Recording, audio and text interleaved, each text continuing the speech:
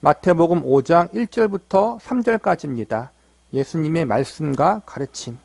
오늘부터 우리가 배우게 될 말씀은 산상수훈이라는 말씀들입니다. 산상수훈이란 예수님이 산 위에서 가르친 말씀을 가리키는 것으로 마태복음 5장에서부터 7장까지 그 내용들이 이어지고 있습니다.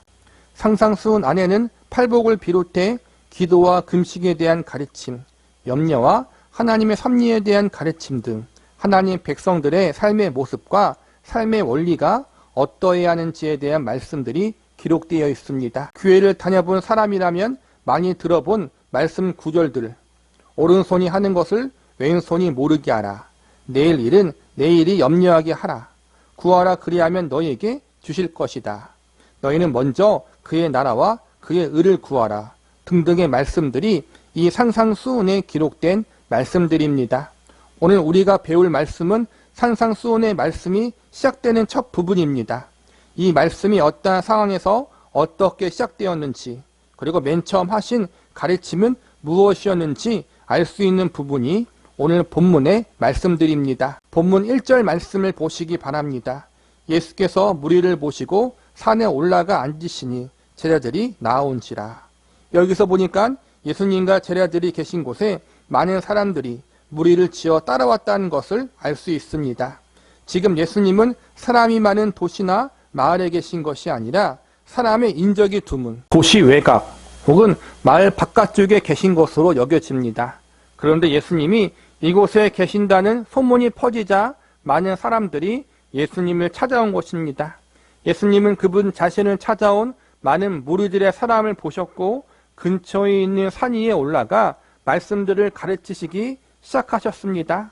오늘 이 시간에는 산상수훈의 가르침이 시작되는 본문의 말씀을 통해서 저와 여러분이 배울 수 있는 메시지는 무엇인지 살펴보는 시간을 가져보도록 하겠습니다. 첫 번째로 오늘 말씀을 통해서 우리는 누구나 예수님의 말씀을 들을 수 있다는 사실을 배울 수 있습니다. 본문 1절과 2절을 보시기 바랍니다. 예수께서 무리를 보시고 산에 올라가 앉으시니 제자들이 나온지라. 입을 열어 가르쳐 이르시되. 여기서 보면 예수님께서 무리를 보시고 산에 올라가 앉으셨다고 나와 있습니다. 여기서 나오는 무리는 예수님에 대한 여러 소문을 듣고 모인 많은 수의 사람들을 일컫는 것입니다. 그 당시 예수님은 인기 있는 선생이었습니다. 많은 이스라엘 백성들이 존경했던 세례 요한까지도 예수님을 높였고 예수님의 가르침 역시 남다르게 뛰어났으며 많은 병든 자들을 고쳐주시는 기적과 이적을 행하셨기 때문에 많은 사람들이 예수님을 유명인으로 여기고 있었습니다.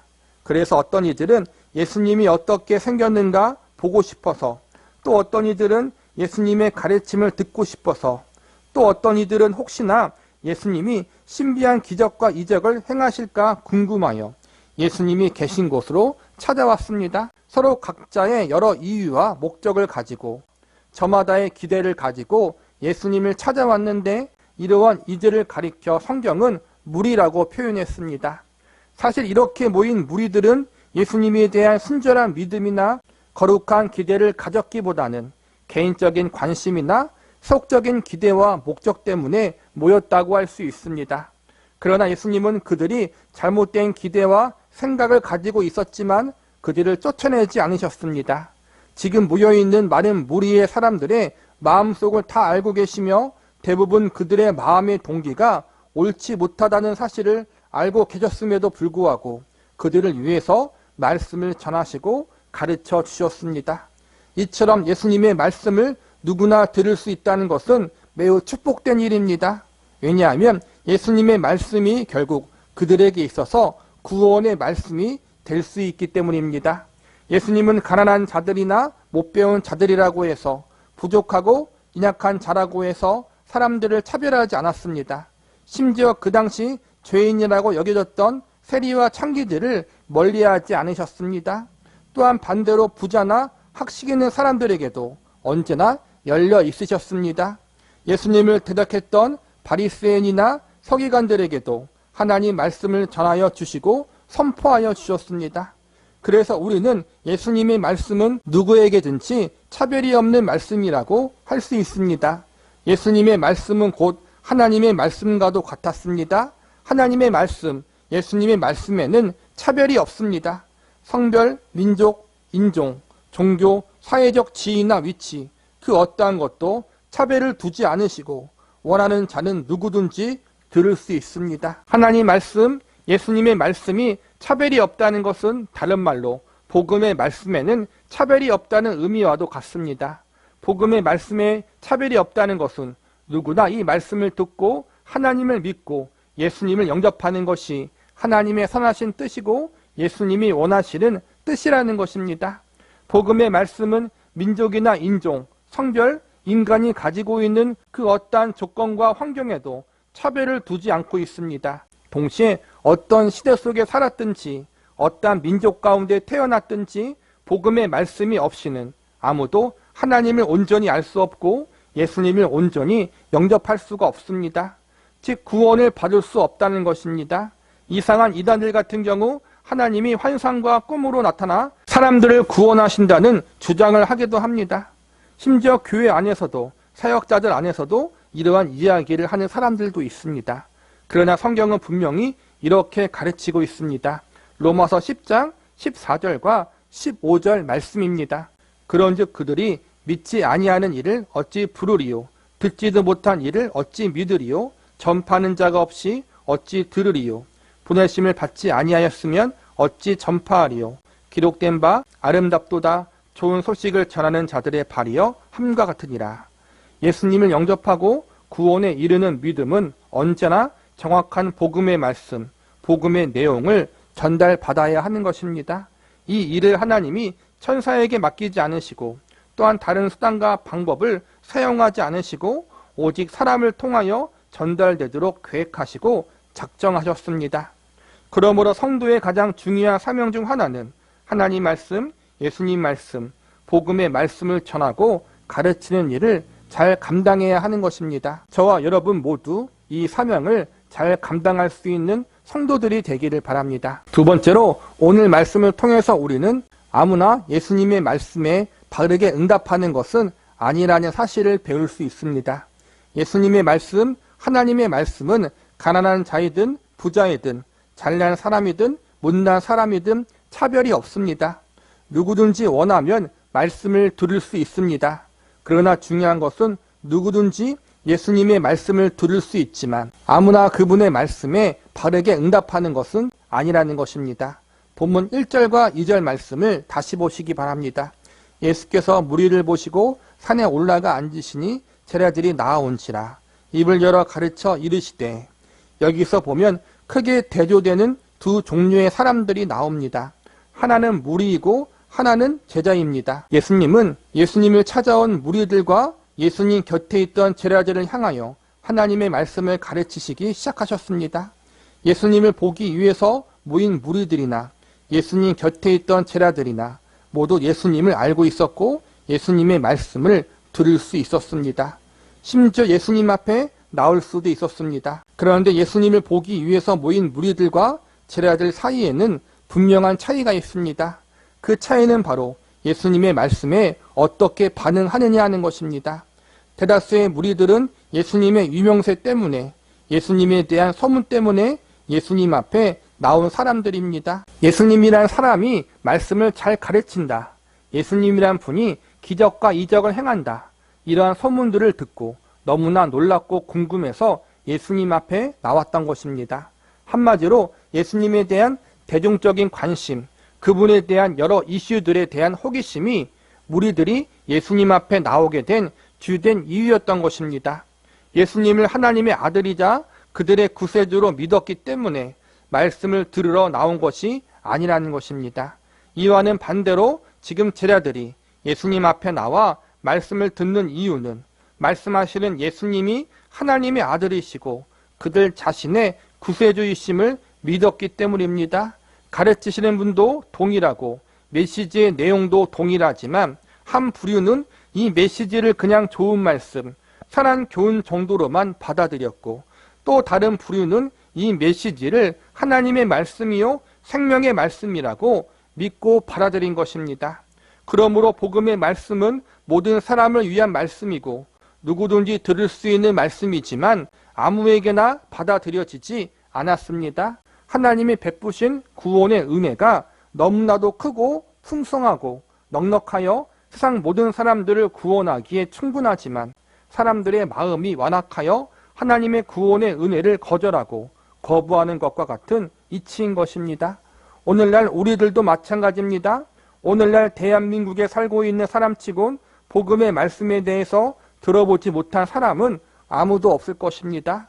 오늘날 복음의 메시지는 TV나 라디오, 인터넷, 온라인 매체를 통해 쉬지 않고 24시간 전파되고 있습니다. 직접적으로 기독교 매체를 접하지 않았지만 최소한 지나가는 소리라도 예수님을 믿고 영접하라는 소리를 들어봤을 것입니다. 사실 오늘날처럼 하나님 말씀, 복음의 말씀을 너무나도 흔하게 그리고 쉽게 접할 수 있는 시대는 인류 역사상 존재하지 않았습니다. 그래서 많은 사역자들은 오늘날 시대를 가리켜 말씀의 홍수 시대라고 부르기도 합니다. 그런데 이렇게 쉽게 하나님 말씀을 들을 수 있고 복음의 말씀을 접할 수 있는 시대에 있지만 그 말씀을 받아들이지 않은 사람들이 너무나도 많이 있습니다. 솔직히 말하자면 받아들이는 사람, 믿는 사람보다 그렇지 않은 사람들, 거절하는 사람들이 더욱 많이 있습니다. 더욱 안타까운 것은 오늘 본문에 나온 무리들처럼 예수님에게 관심도 있고 그래서 예수님 말씀을 듣고 그분 앞에 나오기도 했지만 결국 그분의 말씀을 온전히 믿음으로 받아들이지 못하는 경우들도 많이 있다는 것입니다. 쉽게 이야기하자면 교회는 다니지만 참되게 예수님을 영접하지 못한 경우들이라고 할 수 있습니다. 많은 사람들이 교회를 다닌다는 사실이 자동적으로 구원을 가져다 주는 것으로 오해하는 경우들이 있습니다. 그러나 구원이란 교회를 다니는 것이 아닌 오직 예수님을 자신의 구세주로 믿고 영접해야만 얻을 수 있는 것입니다. 교회를 다니고 신앙생활을 하는 것은 구원받은 성도의 자연스러운 결과일 뿐입니다. 교회 안에도 제자로서의 성도가 아닌 무리들로 이루어진 성도들이 많이 있습니다. 이들의 특징은 교회를 다니는 동기, 신앙생활을 하는 목적이 오늘 본문에 나온 무리들과 동일함을 발견할 수 있습니다. 예수님을 하나님의 아들이요 우리의 유일한 구세주이심으로 믿기 때문이 아니라 그저 자신의 기대와 소원을 이루어주는 존재로 여기고 있는 경우들이 대부분인 것입니다. 많은 유대인들은 예수님을 메시아로 여겼습니다. 그런데 문제는 그 메시아가 자신들을 가난과 억압으로부터 해방시켜주는 존재로 이해하고 있었습니다. 오늘날 우리의 신앙도 이러한 신앙에 머물러 있지 않습니까? 좋게 말해서 하나님의 위대하심과 하나님의 전능하신 능력 때문에 믿긴 믿지만 솔직히 하나님의 주시는 축복, 하나님의 주시는 콩고물 때문에 하나님을 믿고 따르지는 않습니까? 만약 이 모든 것이 나에게 따라오지 않는다면 어떻게 하시겠습니까? 성경에 보면 수많은 축복들이 기록되어 있습니다. 한 성경학자가 조사해 보니까 성경에는 32,500가지의 축복이 기록되어 있다고 합니다. 우리는 이런 성경에 기록되어 있는 하나님의 온갖 축복의 약속들이 하나님의 백성들의 삶 가운데 지금도 실현될 수 있다는 것을 믿습니다. 그러나 그렇게 하지 아니하실지라도 여전히 하나님을 믿고 신뢰하시겠습니까? 예수님을 따르시겠습니까? 다니엘서 3장에 보면 다니엘의 세 친구와 느부갓네살 왕이 등장합니다. 여기서 보면 바벨론 왕 느부갓네살이 자신의 신상을 금으로 만들어서 그 앞에 절을 하라는 명령을 내립니다. 그러면서 만약 절을 하지 않으면 뜨거운 불 속에 던져버리겠다고 협박합니다. 이때 다니엘의 세 친구는 느부갓네살 왕에게 이런 고백을 합니다. 다니엘 3장 17절과 18절 말씀을 제가 읽어드리겠습니다. 왕이여 우리가 섬기는 하나님이 계시다면 우리를 맹렬히 타는 풀무불 가운데에서 능히 건져내시겠고 왕의 손에서도 건져내시리이다. 그렇게 하지 아니하실지라도 왕이여 우리가 왕의 신들을 섬기지도 아니하고 왕이 세우신 금 힘상에도 절하지 아니할 줄을 아옵소서. 우리는 육체의 질병으로 혹은 마음의 질병으로 인해 고생할 때 나를 치료할 수 있는 하나님의 능력을 믿습니다. 이 땅 가운데 나를 축복하시고 나를 잘되게 하실 하나님의 능력을 믿습니다. 그러나 그렇게 하지 아니하실지라도 여전히 하나님을 믿고 신뢰하겠습니까? 이에 대한 이 새 청년의 대답은 그것이 하나님의 뜻이라면 믿음으로 받아들이겠다는 것입니다. 이 고백을 오늘날 우리에게 적용하면 다음과 같이 적용할 수 있습니다. 하나님께서 내 사업, 내 직장, 내 건강을, 내가 처한 인생의 위기와 문제를 완벽하게 해결해 주실 수 있는 전지전능한 하나님이심을 믿지만 그렇게 하지 아니하실지라도 하나님을 여전히 사랑하며 끝까지 믿음을 지킬 수 있겠습니까? 그것을 하나님의 섭리와 뜻으로 받아들이고 감사할 수 있겠습니까? 우리가 이러한 믿음, 이러한 신앙 고백을 가지고 있느냐 없느냐의 차이가 제자와 무리를 구별짓는 차이라고 할 수 있습니다. 저와 여러분은 제자에 속한 자들입니까? 아니면 무리들에 속한 자들입니까? 우리 자신의 믿음을 점검해 볼 수 있는 시간이 되기를 기도합니다. 말씀을 정리하겠습니다. 예수님의 말씀은 누구든지 들을 수 있지만 아무나 바르게 응답할 수 있는 것은 아닙니다. 복음의 말씀은 누구에게나 선포될 수 있지만 그 말씀은 아무나 믿음으로 받아들이는 것은 아닙니다. 그래서 우리에게 필요한 것이 하나님의 은혜입니다. 본문 3절을 보시기 바랍니다. 심령이 가난한 자는 복이 있나니 천국이 그들의 것이미요. 심령이 가난하다는 말은 상적으로 공허한 마음, 우울한 마음을 의미하는 것이 아니라 하나님의 은혜를 간절히 구하고 바라는 마음을 의미합니다. 나는 하나님 말씀, 예수님 말씀, 복음의 말씀을 들어도 그 말씀을 바르게 응답할 수 없는 죄인 중에 죄인이라는 사실을 겸손히 인정하고 하나님이 은혜를 부어주셔서 이 죄인의 완악한 강팍한 마음을 녹여주시고 열어주시기를 간절히 갈망하는 마음이 바로 심령이 가난한 마음인 것입니다. 심령이 가난한 마음은 하나님의 은혜가 없는 상태, 자연인인 나의 상태가 본래 어떠한 존재였는지를 절실히 깨닫는 것입니다. 나는 본래 하나님과 예수님을 나의 육적인 소원, 개인적인 욕구를 이루고 채워주는 존재로만 바라보고 있었고 그것이 받아들여지지 않고 이루어지지 않으면 원망하고 불평하던 존재였습니다. 심지어는 언제든지 주님을 배신하고 떠날 준비를 하고 있던 무리들과 같은 존재들이었음을 알고 인정하는 것입니다. 그러므로 하나님이 그분의 강건적인 은혜를 허락하여 주셔서 오르절의 관심과 생각이 예수님 그분 자체가 될 수 있도록 기도하는 마음이 생길 수 있도록 강구하는 자가 바로 심령이 가난한 마음을 소유한 자들입니다. 하나님의 은혜를 내려주지 않는다면, 하나님의 그분의 자비와 공유를 베풀지 않는다면 우리는 망하게 될 수밖에 없는 존재임을 깨닫고 오직 하나님과 예수님만을 바라고 소망하는 마음이 바로 심령이 가난한 마음인 것입니다. 이러한 마음을 달라고 하나님께 기도하고 간구하시기 바랍니다. 이러한 마음을 사모하시기 바랍니다.